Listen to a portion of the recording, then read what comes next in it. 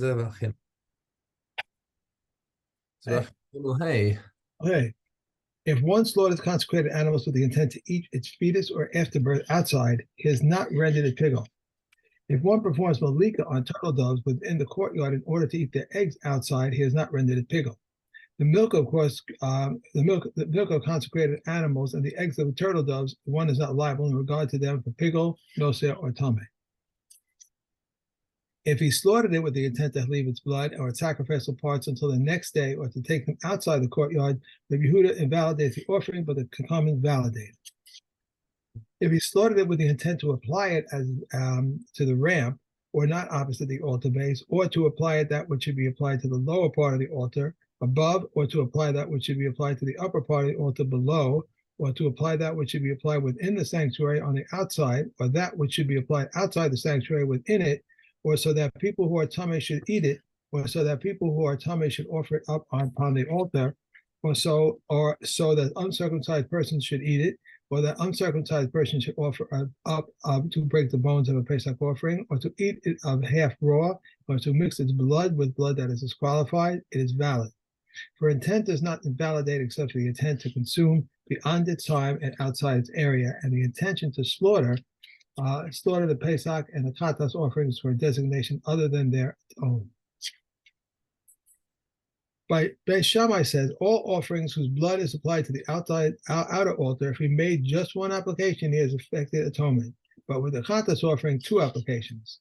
Beis Hillel says, even with the Katas offering, if he made just one application, he has effected atonement. Therefore, if one applied the first one properly and the second one with the intent for beyond its time, he has effected atonement. If he applied the first one with intent for beyond its time and the second one with intent for outside its area, it is pigul, and one is liable to karas for. Okay. Right, Mishnah base. Kol hanitanin al mizbeach hapnimi. Anything that is supposed to have its blood put on the inner altar. Now there aren't very many of those. We have the korban of the Kohen Gadol on Yom Kippur. And we have the that goes on the inner altar. We also have the what we learned in Horayos now about the special korban of the Sanhedrin or of the Kohen Gadol. Those go on the inner altar. There are not that many things that go inside there. Okay, but if something was if one of those sacrifices was meant to go into the mizbeach hapnimi, she'im chisar achas mikol matanos lo kiper. Now, if any one of the applications was omitted, it's got to go into all 4 corners of the inner mizbeach. Okay, then it's ineffective. Therefore, every single one of those applications is essential, and therefore, if you put them all down properly, and just one was done incorrectly, pasul ve'en bo kares. And in other words, if he had a pigul intention somewhere inside there, then he has in other words, shchutz lizmano. It was only he has puzzled the korban for having the wrong intention, but it's not called pigul because it's got to be an entire action. It's got to be not like a partial action that it's like the chatzi hamatir. The remember what happens. What causes pigul is a mistake in a matir. So, for example, if he received the blood thinking he's going to sprinkle it tomorrow, receiving the blood is part of the matir. It's an integral part, but it itself is one action. Now, whereas the application on the inner altar, each application is only a quarter of a matir. So having a pigul intention for a quarter of a matir doesn't turn it into pigul. It puzzles the korban for sure. But as the Mishnah says, there's no kares in that. Okay.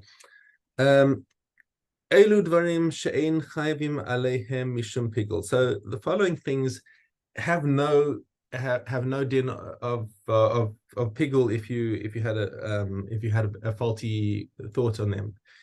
And the reason why these things do not become pigul is because they themselves are the matir. There's no preparation to make something ready for the mizbeach or ready for eating in all of these cases, as opposed to like a regular korban. Let's take a chatas. Right, the chatas is going to be eaten by the kohen, but he's not allowed to eat it until the blood has been thrown and until the blood has been thrown. That's really the matir, is the zrikas hadam, and then you can put the emerim on the mizbeach, and you can give the meat to the kohanim. All the other korbanos, the matir is the blood being thrown. When you have a korban mincha, there's a kometz that gets taken out of it and gets put onto the mizbeach and burned, and the rest is eaten by either the kohen or the Yisrael, depending on who's on what the korban is.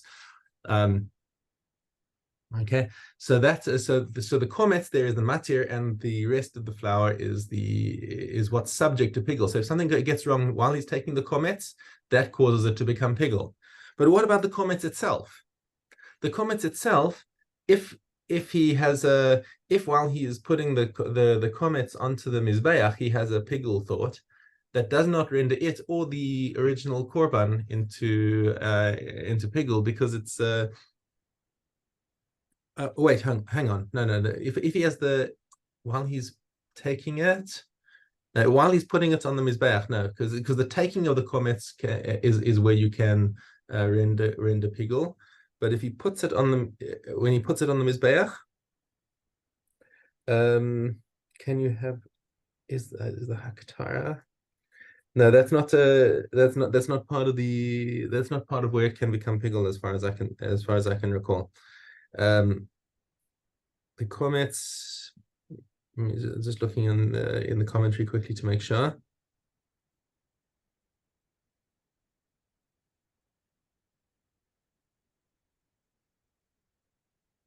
Yeah. So the kometz itself cannot become pigul. The korban, the rest of the flour that it came from can become pigul, but the kometz itself cannot, because it itself is the matir. Mm-hmm. Similarly, levona, when you've got frankincense that has to come onto that has to be burned along with the kometz, with some of the korbanot. Okay, that also is part of the matir that permits the rest of the sacrifice. Hakatoris, there's nothing that comes between the katoris and burning, right? You don't have a pre-step that says, okay, once you've done this, now you can offer the katoris. You just take the katoris and straight away burn it. Minchas kohanim, when a kohen brings a mincha offering, it is entirely burned. So you don't take a kometz off it. You just take the whole thing and put it on the mizbeach. There's no preparatory step, and therefore there's no din of pigul. Minchas kohen gadol, minchas kohen mashiach. That's the same for the same reason, because the kohen gadol also is a kohen, and his entire offering is burned. Minchas nesachim, and an offering of just nesech libations, so a liquid offering, basically, is also has nothing that needs to be prepared beforehand. It just gets poured straight onto the mizbeach when it itself is the offering. Hadam, and also the blood itself, because the blood that is being thrown doesn't have a din of pigul on itself. It can cause pigul for something else, but it cannot itself become pigul. And furthermore, says Rabbi Meir, a libation that comes by itself cannot become pigul. But when it comes to a libation that is brought along with another korban, there Rabbi Meir says, no, that can become pigul. Why? Because he says that. So what's Rabbi Meir's logic over here? He holds that dafka the nesachim that come by themselves, there's no pigul. But when it comes, when he brings the nesachim with a korban, and the korban itself becomes pigul, then also the nesachim become pigul. Okay, so because remember the first thing that's matir is the blood. So if the blood is thrown and there's a pigul intention, then says Rabbi Meir, that's when it becomes then the nesachim can also become pigul. But the chachamim say no, even more than that. Af habayim im habehema. Hold on, wait. He says that dafka nesachim that come by themselves, there's no pigul. But Chachamim say even if nesachim come with a behema, they say there's no pigul there. Why? Ein chayvim aleim mishum pigul. That because even if the korban becomes pigul, since you could have brought the nesachim by themselves the next day, there's no necessity of bringing the nesachim at the same time as the korban itself. Okay, nimtzash ein hakorban matiram. It's not the korban that's matir them. They matter themselves, so which means that the nesachim that are accompanying the sacrifice are an independent entity. They don't require the korban to permit them to be brought, and therefore they are immune from pigul. Yeah. Log shemen shel matzora, the log of oil that a matzora brings for his offering. Rabbi Shimon omer ein chayvim alav mishum pigul. He says Rabbi Shimon says there's no pigul on this oil, there's no matir. And Rabbi Meir omer chayvim alav mishum pigul shedam ha'asham matiro. Says because you need the blood from the asham sacrifice that the matzora brings before that in order to permit him to put in the oil. Okay. Mm. Okay, but the halacha follows Rabbi Shimon here. Okay, anything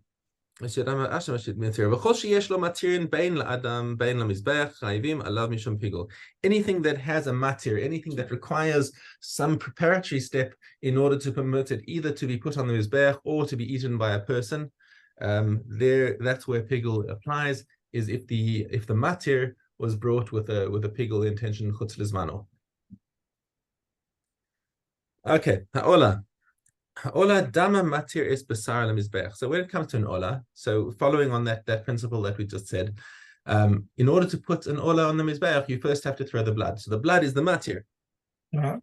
Okay, the ora lekohanim, and also permits the skin of the ola to be taken by the kohanim. Okay, ola ha'of. Now when it comes to a bird ola, dama matir is besar lemizbech. So again, it's the blood that permits the bird ola to go into the mizbech. Chatas ha'of, so bird chatas, dama matir is besar lekohanim. So again, its blood is what permits the kohanim to eat its flesh. Parim hanisrafim, the usairim hanisrafim. So the bulls that are burned and the goats that are burned. This is talking about on Yom Kippur, I believe. Par kohen Mashiach. Oh, sorry. These are the. So this is from Horayos, and I was right. The parashal Yom Kippurim, the ones that are burned. Okay, daman matiris emorehem lekarev. So their blood is what permits the entrails to be put onto the mizbeach. So again, that's how pigul can happen. Rabbi Shimon omer kol she'eno ala mizbeach achitzon keshlamim ein chayvim alav mishum pigul. So Rabbi Shimon comes and differs, and he says, this what you're saying, the blood that all these korbanos that we just said over here, they're the ones that have their blood brought into the inner mizbeach. And he says there's no pigul there. Pigul is learned only from shlamim, because the whole inyan of pigul was taught by shlamim. Shlamim are brought on the outer mizbeach.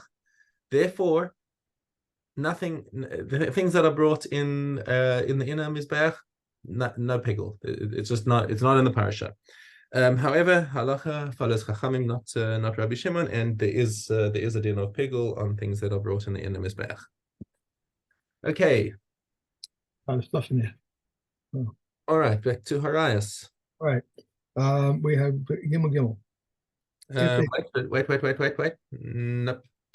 Nope. We're in Gimel Aleph in Horayos. How to do that?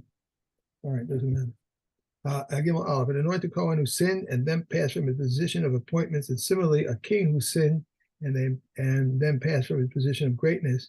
The anointed Kohen brings a bull, and the king brings a gigot.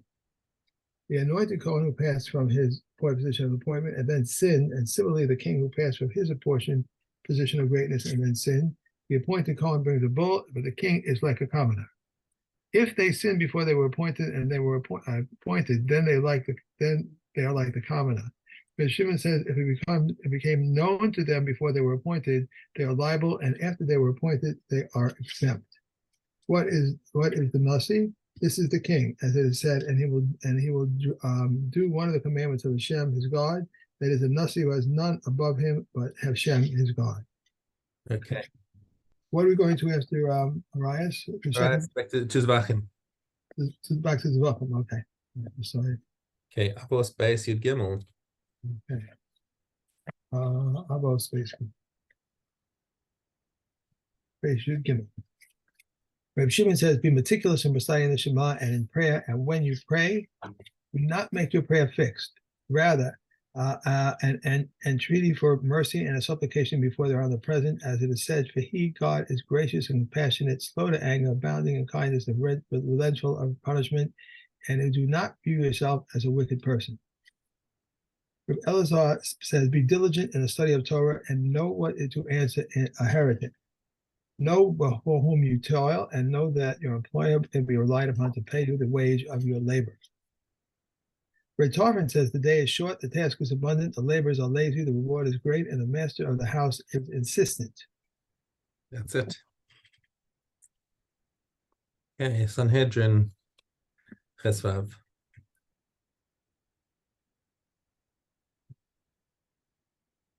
One who enters through a tunnel is judged according to the eventual outcome.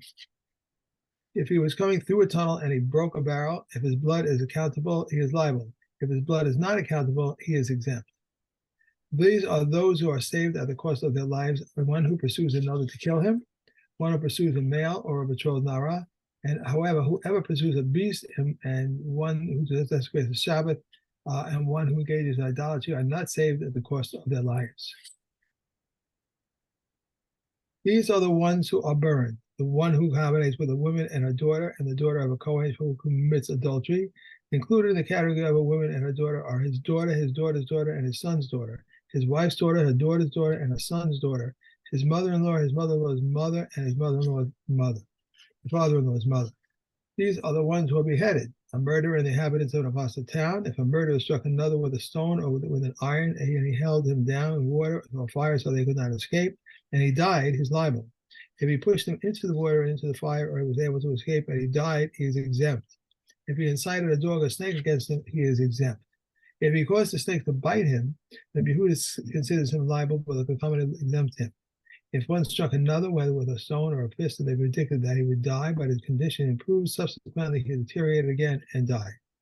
He is liable, but the comment says he is exempt because there is an indication to that effect. Okay.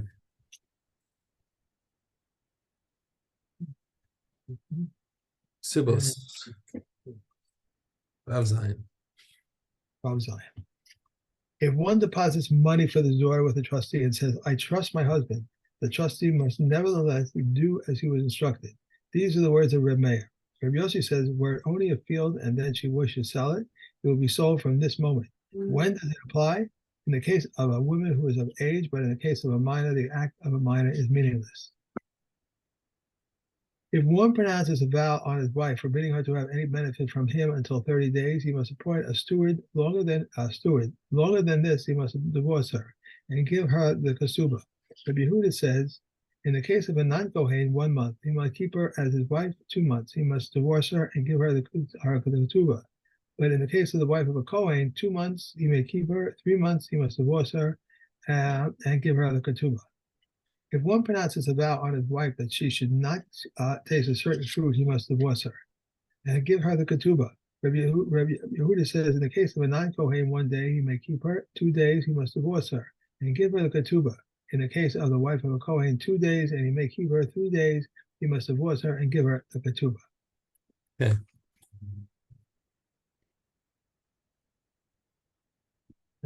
Primos, Yud Beis.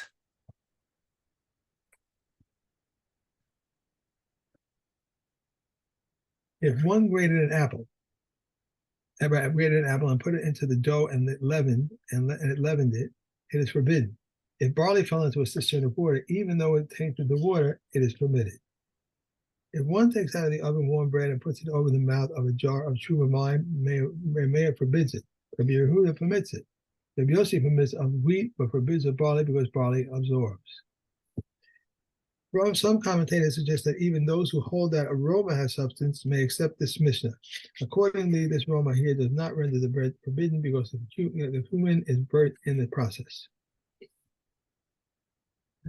You're reading from the commentary there, yeah.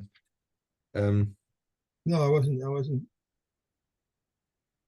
Oh, I would further down. You're right. If one heated an oven with cumin of truma and baked in it, the cumin is permitted since there is no taste, but only the aroma of cumin. Okay. Okay. And we now have Ohalos. Okay. We have Yud Aleph Hey. If the person is lying on the we're in if the tumor is inside the house while tahor people pass over him, Reb Shammai declares them tahor, whereas Beis Hillel declares them tameh.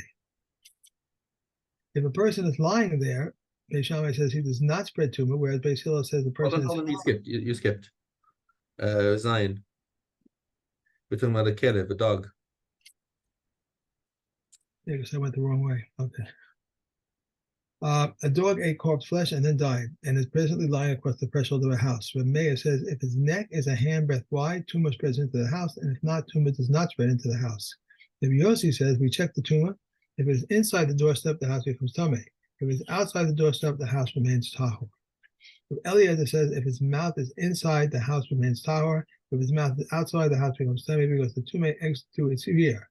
Rabbi Yehuda ben Sarah says, in any case, these cases the house becomes tameh. And how long can the corpse flesh remain inside and still convey tumah? 24-hour long periods. And regarding birds and fish, how long enough to be thrown into a fire and become burnt? These are the words of Reb Shimon. Rabbi Yehuda ben Sarah says, regarding birds and fish for 24 hours. A cistern inside a house contains a candelabra, whose lampstand protrudes upward. An olive pressing basket lies on its lampstand, and in a way that a candelabra will remove, the olive pressing basket would rest on the cistern. Reb Shammai says the cistern remains tahor and the candelabra becomes tameh, whereas Beis Hillel says the candelabra also remains tahor. They both agree that if removing the candelabra causes the olive pressing basket to fall, everything becomes tameh. Okay. All right. Good. And I'm going to run up to shul.